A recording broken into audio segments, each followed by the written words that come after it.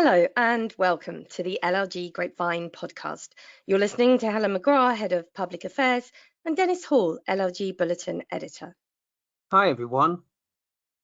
Following a scorching weekend, I'm certainly pleased to have a reduction in the temperature, but matters are hotting up elsewhere. Dennis. Well, for me, it's back to the COVID inquiry again this week. The Bulletin will maintain a focus upon the COVID inquiry that has just begun. And now that it's got underway, we ask three important basic questions. Who is in charge? What will the inquiry examine? And when will we get answers? Here's more on this. So, let's begin. Who's in charge? The inquiry chair is Lady Heather Hallett, as Helen mentioned last week. She's a former appeal court judge who acted as coroner at the inquest into the London bombings in 2005. She's running an independent inquiry established by Boris Johnson, then Prime Minister, under the Inquiries Act 2005. That means that she can compel the production of documents and call witnesses to give evidence under oath. She will preside alone rather than with fellow panelists after a decision by Johnson to avoid any delay. Hugo Keith, KC, the counsel to the inquiry, is Chief Inquisitor. He is described as one of the best inquest silks on the market and previously represented the late Queen, Rebecca Brooks, and Boris Berezovsky, so he has covered quite a varied territory. Next, what will the inquiry examine? The overarching themes are the UK's response to and impact of the pandemic and what lessons can be learned. But Hallett will break these into modules. 4 have been formally opened: resilience and preparedness, core UK decision-making and political governance, impact of the pandemic on healthcare, and vaccines and therapeutics. Further modules will be included on procurement, including PPE, and social care, test and trace, education, children and young people, financial support for business, jobs, and the self-employed. Others will be on funding of public services and the voluntary sector, and benefits and support for vulnerable people. Final question, when will we get answers? Now, the independent inquiry is not due to conclude until 2026, after the next general election. But opening submissions are already looking pretty damning for the government and past administrations since David Cameron was Prime Minister. Is your council involved in the inquiry? Have you made submissions? Let us know via the LLG forum.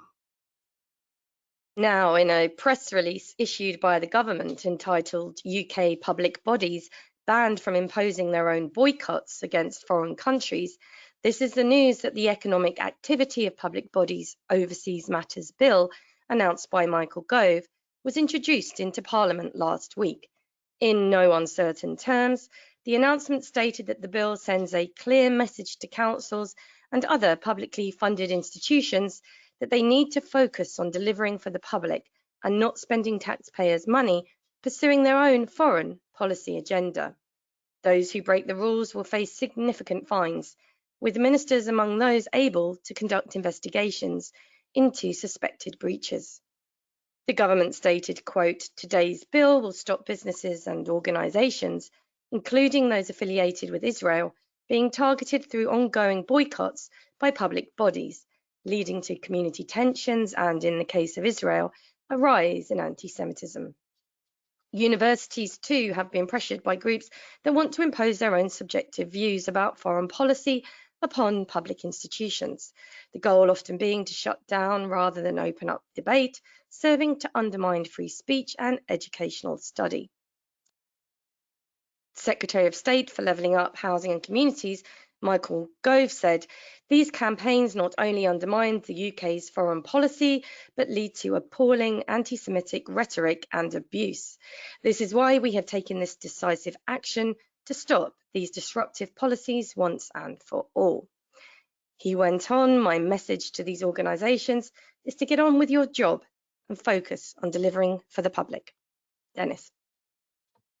Helen, there are so many headlines catching our attention that some important issues and debates find themselves further down in the news than they really ought to be. Take, for example, the recent parliamentary debates on local democracy and the role of local government. Here's more.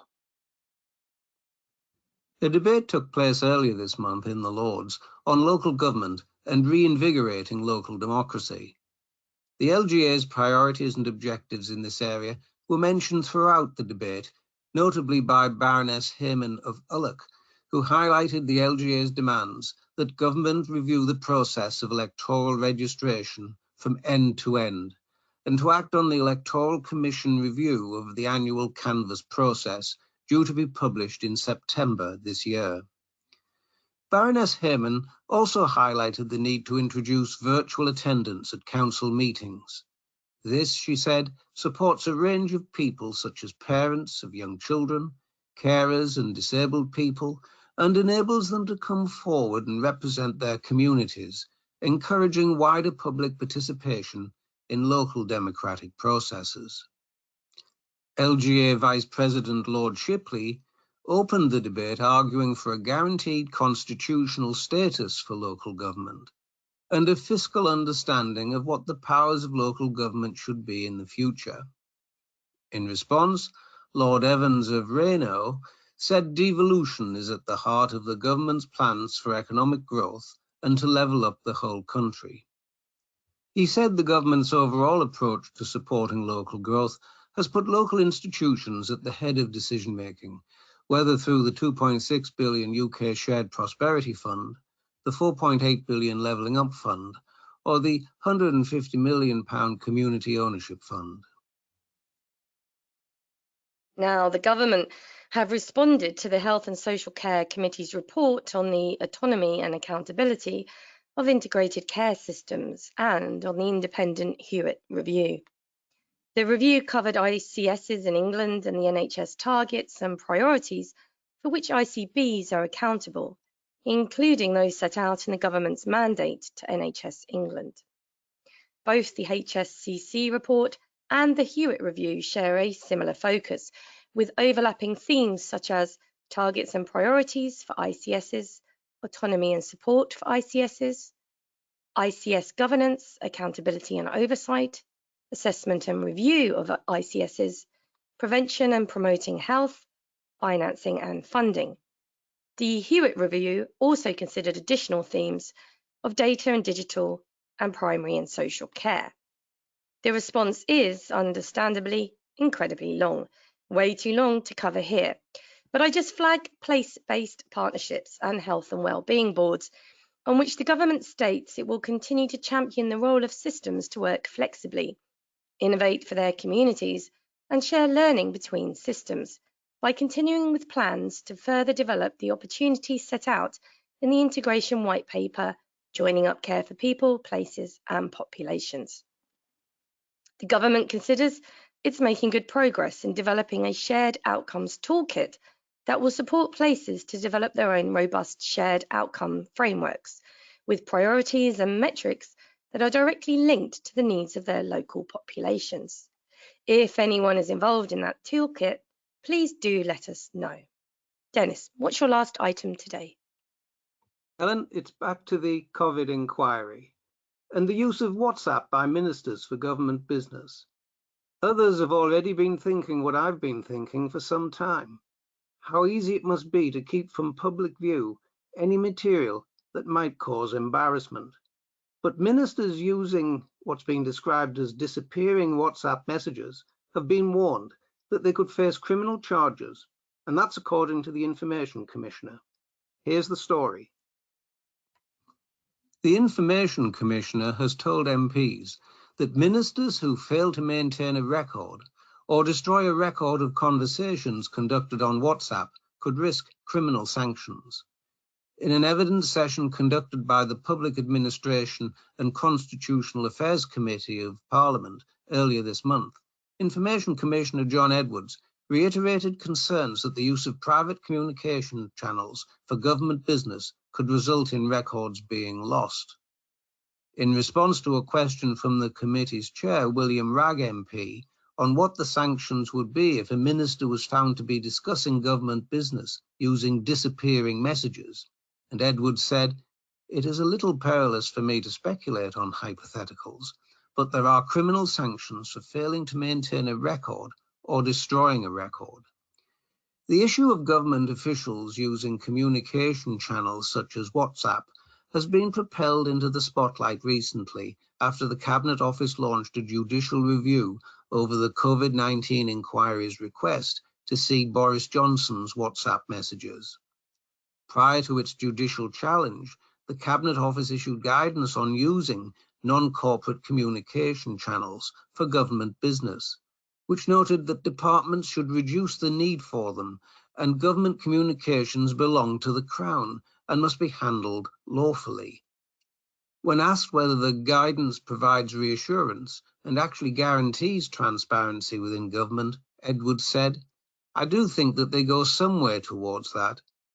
I do think that it is important that government business has the benefit of new technologies that improve efficiency."